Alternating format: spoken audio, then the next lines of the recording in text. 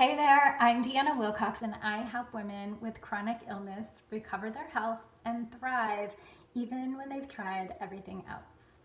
Today, I want to talk with you about something that was extremely important in my own health journey and beyond, and that is a critical component of the journey that I'm walking with my clients through as well, and that is our spiritual health. So along with all other components of our health, our spiritual health is a really, truly critical component.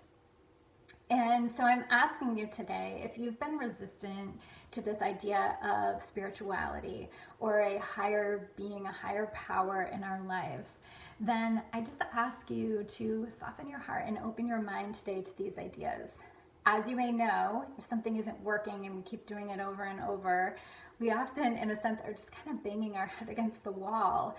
And so I ask that you be open to this idea, that you sit and consider this. And I'm truly coming from a place without judgment and just of pure love here, and ask that you do the same as we talk today about this possibility of really developing spiritual health in your life. Now, for me, I believe in God, and I believe that we were given free will, and that we can, if we can align our will with God's will in our lives, we discover this sense of peace and ease that we haven't experienced before. And sometimes, even with spiritual health, we may find that we are working in opposition, that our will is working in opposition or not quite in alignment with God's will for our lives. And this is sometimes where we come rubbing against things. We experience a bit more resistance in our lives. And I believe that, like I said, when we can sort of bring our will into alignment with God's will for us, we can experience just truly powerful things that we have not experienced in the past. Now, this does not mean that hard things don't still happen. They do, and those things often are there to teach us something. So I ask, as always, that you remain a student, that you be open to the gifts that these hard things are here to deliver to you, that you be open to the lessons that they're here to teach you. And it is through these things that we are able to grow and become the people we need to become to achieve what it is that we desire. And so if in your case that's health and healing, then being open to those things is going to help you become who you need to become for your healing. And this is true of all things that we encounter in our lives, and how these things can really help us to achieve the things that we want to. I also want to encourage you to dream and to plan and to take action, and to even create the specifics of what it is that you so desire, to envision your health and healing, but to also surrender to God's plan in your life. God has a truly marvelous and magnificent plan in your life that is probably far bigger and better than you could imagine.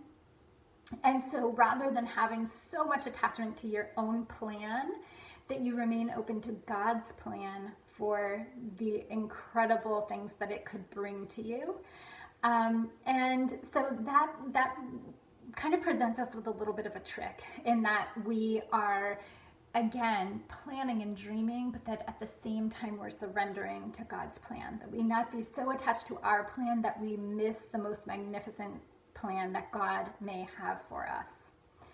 It's also important for us to remember, as we dream and we plan, that we are really quite limited by our five senses, by the things that we have experienced in this world, the things that we can see and taste and touch, right? Our previous experiences and our current experiences.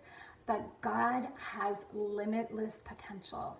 So when we can tap into that limitless potential, such bigger and better things can happen than we ever would have imagined. And so I encourage you, when you're planning and you're dreaming, to tap into that potential, to tap into God's limitless potential for you. And that really is where our will and God's will aligns.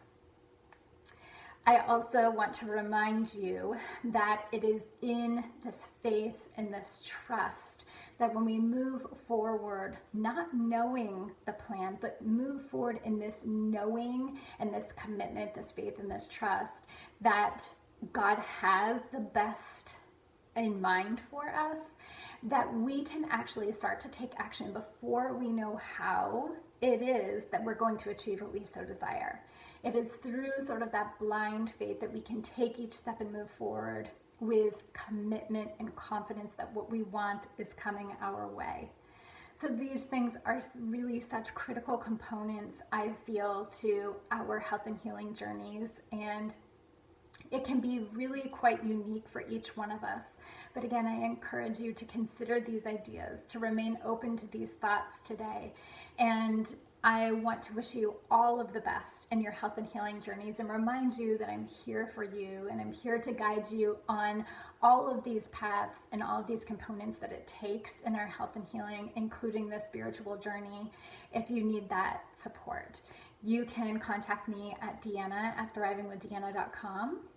Find me at thrivingwithdeanna.com and on Instagram at thriving_with_Deanna. Thank you for being here.